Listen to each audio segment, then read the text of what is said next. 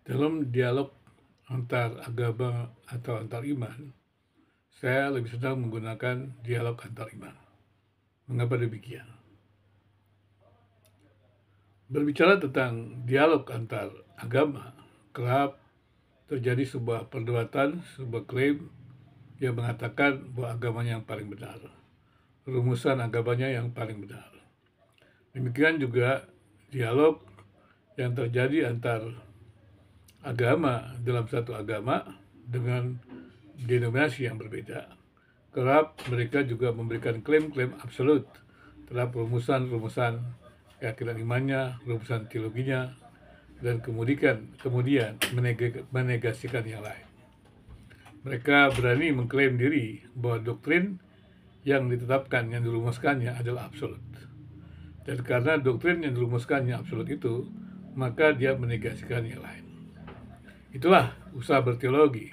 Itulah rumusan-rumusan teologi agama-agama. Menurut saya bahwa kalau kita berdialog terkait dengan agama ini, terus akan terjadi perdebatan demi perdebatan. Karena itu, saya lebih setuju menggunakan istilah dialog antar iman. Kalau kita berbicara iman, berarti adalah kebergantungan kita, kebergantungan individu kepada Sang Yang Maha Kuasa. Sesuatu yang diakui sebagai yang berdaulat, yang berkuasa. Jadi, kalau kita bicara tentang iman, berarti sebagai orang beriman, kita adalah orang yang bergantung kepada Yang Maha Kuasa itu. Maka kemudian ketika kita memiliki keyakinan-keyakinan iman dalam hubungan dengan Yang Maha Kuasa itu, kita tidak perlu mengklaim diri bahwa apa yang kita alami atau yang dialami oleh setiap pribadi itu adalah sesuatu yang harus terjadi pada orang lain. Karena itu adalah subjektif. Jadi pengalaman subjektif orang beriman itu berbeda-beda. Tetapi ketika orang beriman itu merumuskan tentang Sang Penciptanya yang didasarkan pada kitab suci, kemudian dalam rumusan teologi, disitulah ada keterbatasan-keterbatasan dan terjadi pembuktian-pembuktian. Nah, di sana sebenarnya kita harusnya lebih banyak untuk mendengar dan kemudian berdiskusi, tidak saling menegasikan. Karena tidak ada sebuah klaim yang absolut dari sebuah rumusan teologi, rumusan agama itu. Namun berbeda dengan rumusan teologi, rumusan agama. Iman itu tidak perlu dibuktikan.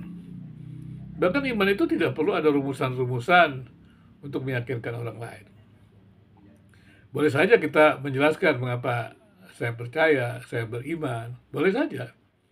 Tetapi orang lain tidak perlu memprotes tentang iman dan kepercayaannya, karena itu pengalaman subjektif.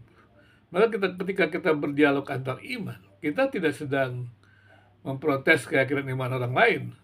Kita tidak sedang memprotes kepercayaan orang lain, tapi kita mendengarkan. Dan dari mendengarkan tentang iman orang lain, keyakinan iman, pengalaman iman, kita bisa belajar tentang hal-hal tersebut tanpa harus membuat sebuah klaim atau penolakan terhadap kesaksian-kesaksian iman itu.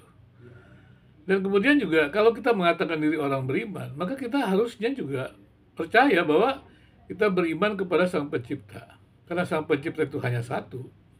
Maka ketika kita mengatakan kita adalah orang beriman, maka sebenarnya kita tidak berhak untuk menghakimi yang lain. Karena yang berhak adalah Yang Maha Kuasa. Dan ketika kita katakan kita orang beriman bersama-sama dengan orang beriman lainnya, maka kita harus hidup dalam persaudaraan. Saya setuju dengan inklusivitas daripada Katolik yang diwartakan oleh Paus Fransiskus, sesuatu yang menarik sekali.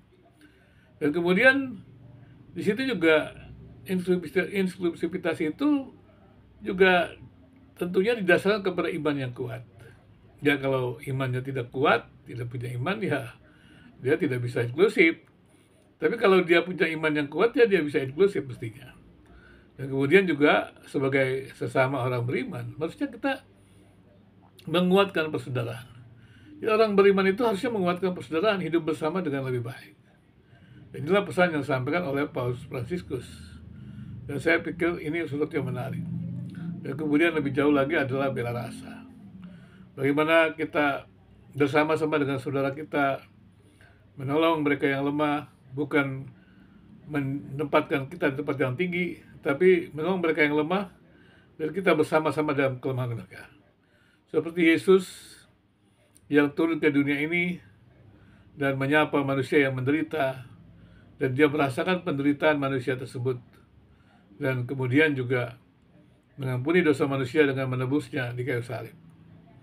Ini adalah sebuah bela rasa. Yesus tahu tentang sengsara manusia. Yesus tahu tentang kesatuan manusia. Dan dia hadir di tengah-tengah manusia. Dia tidak menghakiminya, tapi dia menyapanya. Menyapa kita semua. Membawa kita semua untuk bisa menerima karya penebusan Kristus di kayu salib.